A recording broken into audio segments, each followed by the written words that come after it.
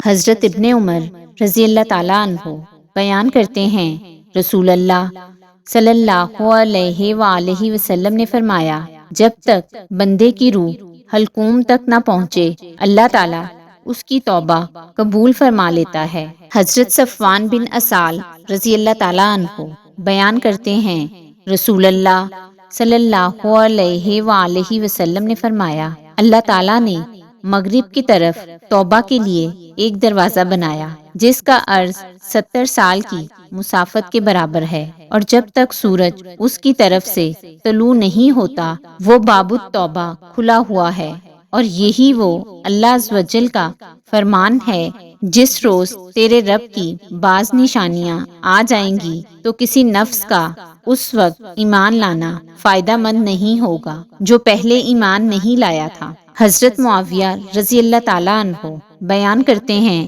رسول اللہ صلی اللہ علیہ وآلہ وسلم نے فرمایا، ہجرت منقطع نہیں ہوگی حتیٰ کہ توبہ منقطع ہو جائے، اور توبہ منقطع نہیں ہوگی حتیٰ کہ سورج مغرب سے طلوع ہو جائے۔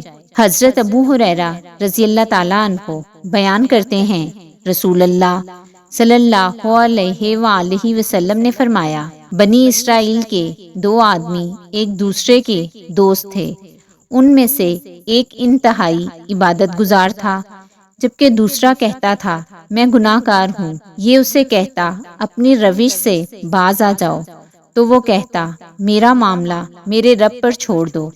حتیٰ کہ اس نے ایک روز اسے گناہ کرتے ہوئے پایا تو اس نے اسے بہت برا سمجھتے ہوئے کہا باز آ جاؤ۔ اس نے کہا مجھے میرے رب پر چھوڑ دو، کیا تم مجھ پر نگران بنا کر بھیجے گئے ہو؟ تو اس عبادت گزار نے کہا اللہ کی قسم، اللہ تمہیں کبھی معاف کرے گا نہ کبھی تمہیں جنت میں داخل کرے گا۔ پس اللہ نے ان دونوں کی طرف فرشتہ بھیجا تو اس نے ان دونوں کی روحیں قبض کر لیں اور وہ دونوں اس کے پاس اکٹھے ہو گئے۔ تو اللہ تعالیٰ نے گناہ گار شخص سے فرمایا میری رحمت کے ساتھ جنت میں داخل ہو جا، اور دوسرے سے فرمایا کیا تم طاقت رکھتے ہو کہ تم میری رحمت کو میرے بندے سے روک دو؟ وہ عرض کرتا ہے نہیں میرے رب۔ اللہ تعالیٰ فرماتا ہے اسے جہنم میں لے جاؤ۔